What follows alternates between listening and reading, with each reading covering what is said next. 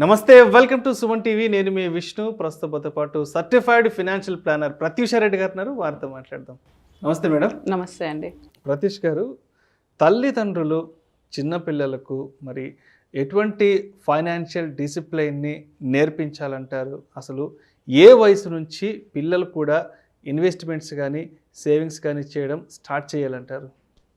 ఈ financial discipline గురించి మాట్లాడుకుంటే అండి, అసలు మెయిన్గా పిల్లలకి వాళ్ళ 10th ఇయర్ నుంచే మనం నేర్పించడం స్టార్ట్ చేయాలి చెప్పాలంటే. 10 సంవత్సరాల వయసు నుంచే. ఎందుకంటే వాళ్ళకి అప్పుడు కొంచెం మెచ్యూరిటీ స్టార్ట్ అవుతుంది, వాళ్ళకి అర్థం చేసుకునే స్టేజ్లో కూడా ఉంటారు. ఎందుకంటే ఇప్పుడు 5 years నుంచి 10 years వయసు వరకు చూసుకుంటే పిగ్గీ బ్యాంక్స్ ఎలాగో ఇస్తున్నారు ప్రతి ఒక్క పిల్లలకి తల్లిదండ్రులు. దీంట్లో వేసుకోండి, జమ చేసుకోండి డబ్బులు అని చెప్తున్నారు. సో అది చెప్పినప్పుడు మీరు ఆ 10th ఇయర్ నుంచి వాటిని ఎక్కడ పెట్టుకోవాలి, వాటిని ఎక్కడ పెట్టుకుంటే మీకు మంచి రిటర్న్స్ అన్నది మీరు గెయిన్ చేస్తారు అని కూడా నేర్పించడం మన పేరెంట్స్ బాధ్యతనే కదా పిల్లలకి. అది లేకపోవడం వల్లనే ఇప్పుడు మన యంగ్స్టర్స్ని చూసుకుంటే ఈ మధ్య కాలంలో, లేకపోతే మన ఏజ్లో కానివ్వండి, మన పేరెంట్స్ కానివ్వండి, అందరం సేవింగ్సే. ఇన్వెస్ట్మెంట్స్ అన్నది మన కాన్సెప్ట్ లో లేదు అసలు. టోటల్ దాచిపెట్టుకోవడం అంటే బ్యాంక్ లో పెట్టుకోవడం, పోస్ట్ ఆఫీస్ లో పెట్టుకోవడం. అది ఓకే. ఇప్పుడు మనకి ఓల్డెన్ జనరేషన్ లో ఖర్చులు తక్కువ ఉంటుండే కాబట్టి ఆ రేట్స్ అన్నవి సరిపోయేది వాళ్ళకి. వాళ్ళ మెంటాలిటీ ప్రకారం అది కరెక్టే. అప్పుడు రేట్స్ కూడా బాగా ఇచ్చేవాళ్ళు, ఖర్చులు తక్కువ ఉండేవి. సో వాళ్ళు మంచిగానే గెయిన్ చేసిండ్రు కాబట్టి వాళ్ళు అదే మెంటాలిటీ మనకు కూడా నేర్పించిండ్రు. కానీ మన టైం వచ్చేసరికి ఏమైపోయింది, ఖర్చులు అనేవి పెరిగిపోయినాయి. టోటల్గా పెరిగిపోయేసరికి మనము సేవింగ్స్ చేస్తే ఖర్చుల్ని బీట్ చేయలేకపోతున్నాం, ఇన్ఫ్లేషన్ని బీట్ చేయలేకపోతున్నాం. సో మన జనరేషనే ఇలా ఉంటే ఇంకా ఫ్యూచర్ జనరేషన్ ఎలా ఉంటుంది, ఇంకెంత ఖర్చులు పెరుగుతాయి ఆలోచించుకోవచ్చు కదా మనం. సో దానికోసం అట్లీస్ట్ నెక్స్ట్ జనరేషన్ అన్న ఇన్వెస్ట్మెంట్స్లో మంచి నాలెడ్జ్తోని అంటే ఫినాన్షియల్గా వాళ్ళు నష్టపోకుండా మంచి స్మార్ట్ డిసిషన్స్ ఎలా తీసుకోవాలి అన్నది వాళ్ళు నేర్చుకోవాలి అంటే వాళ్ళకి చిన్నప్పటి నుంచే నేర్పించినాం అనుకోండి, వాళ్ళకి ఈజీ అయిపోతుంది. ఇప్పుడు ఒక యంగ్స్టర్ జాబ్ వచ్చింది, 25,000 శాలరీ, 40,000 శాలరీ అని అనుకుందాం. అది రాగానే వాడికి అర్థం కాదు ఏం చేయాలి నా డబ్బుతోని. 25,000 వస్తున్నాయి నెలకి, కానీ ఆ డబ్బుని ఏం చేయాలి? కొంచెం తెలివి పరులు అయితే పర్లేదు, నేను ఈఎంఐకి వెళ్ళొచ్చు. ఇప్పుడు జీరో ఇన్వెస్ట్మెంట్తో కూడా ఈఎంఐస్ ఇచ్చేవి ఉన్నాయి, జీరో డౌన్ పేమెంట్తో కూడా. సో వాడి కెపాసిటీని బట్టి వాడు కొంచెం అదన్నా ప్లాన్ చేసుకుంటాడు, ఇల్లు అన్నా కొనుక్కుందాం అట్లీస్ట్ అని.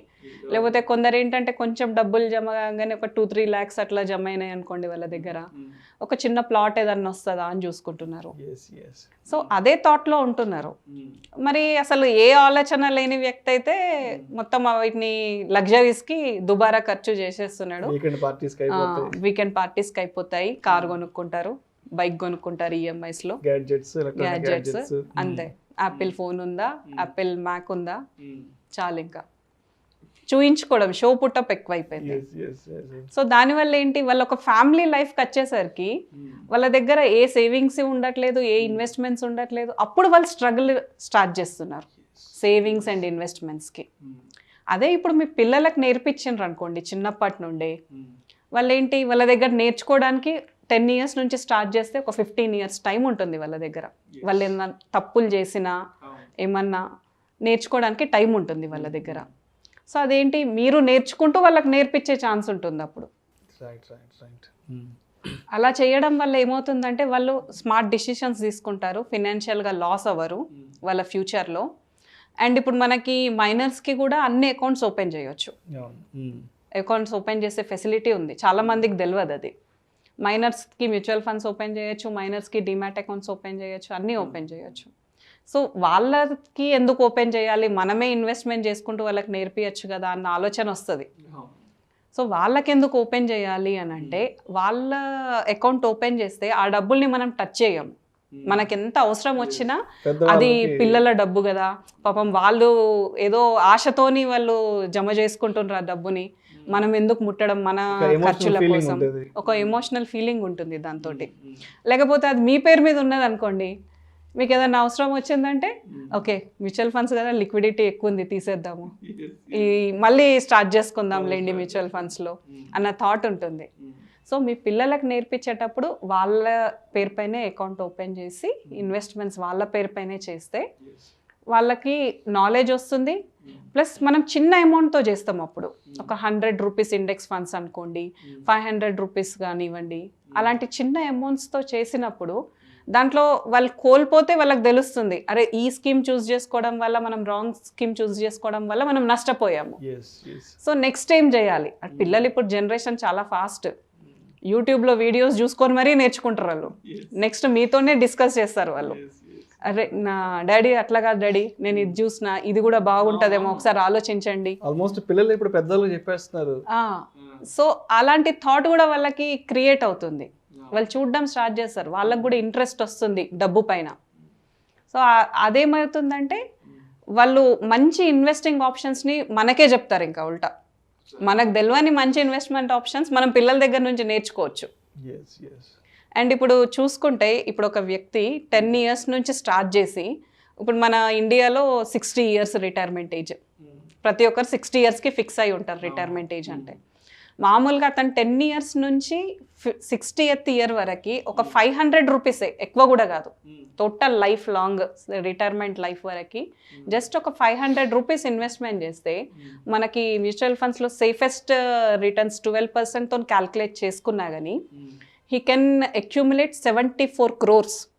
అంటే అతను తన 10th yearలో తన 10వ సంవత్సరం వయసు ఉన్నప్పటి నుంచి నెలకి ఒక 500 రూపాయల చొప్పున ఇన్వెస్ట్ చేసి పెట్టుకుంటే, so at the age of 60 వచ్చేటప్పటికి 74 crores. 74 crores వరకు 12% CAGR.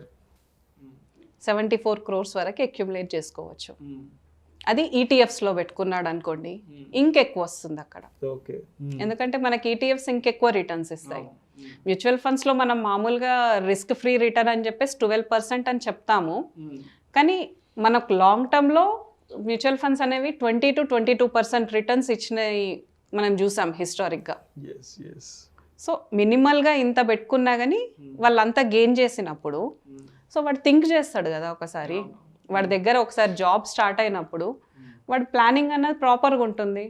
నేను నెలకి 500 పెడితేనే ఇంత వస్తున్నది, అయితే నేను నెలకి ఇంకో 5,000 పెట్టుకుంటా కదా అన్న థాట్ క్రియేట్ అవుతుంది వాళ్ళకి. అప్పుడు ఏమవుతుంది, వాడికి రిటైర్మెంట్ కార్పస్ అక్యుములేట్ అయిపోతుంది దాంట్లో. ప్లస్ ఇప్పుడు యంగ్ జనరేషన్ ఏదైతే మాట్లాడతారో మేము లగ్జరీస్ని లాస్ అవుతున్నాము ఇన్వెస్ట్మెంట్స్లో పెడితే అని, అది కూడా ఉండదు వాళ్ళ దగ్గర. ఏ లగ్జరీ లాస్ అయ్యేట అవసరం లేదు. ఒక పిజ్జా ఖర్చు 500 అంటే, లేదంటే ఒక సినిమా టికెట్ ఖర్చు 450, ఒక సినిమా టికెట్ ఖర్చు అంతే. ఇప్పుడు అదే ఇండెక్స్ ఫండ్స్లో మనకు 100 రూపీస్ నుంచి కూడా మనం ఇన్వెస్ట్మెంట్ అన్నది స్టార్ట్ చేసుకోవచ్చు. ఇప్పుడు 100 రూపీస్ మీ పిల్లలు పెట్టినా కానీ లాస్ వచ్చినా కానీ ఒక డైరీ మిల్క్ సిల్క్ ఖర్చు అది. సో ఆ థాట్ తోటి మీరు పిల్లలకు నేర్పించండి తక్కువ అమౌంట్ తోటి. సో అట్లీస్ట్ నెక్స్ట్ జనరేషన్ అయినా ఫినాన్షియల్గా స్ట్రాంగ్ ఉంటారు వాళ్ళు. Right. Thank you so much Pratyusha Reddy గారు. తల్లిదండ్రులు చిన్నపిల్లలకి ఎటువంటి ఫైనాన్షియల్ డిసిప్లైన్ని నేర్పించాలి అనే అంశం గురించి ప్రేక్షకులకు మీ విశ్లేషణ ద్వారా చాలా క్రిస్టల్ క్లియర్గా ఎక్స్ప్లెయిన్ చేస్తే thank you so much madam. Thank you అండి.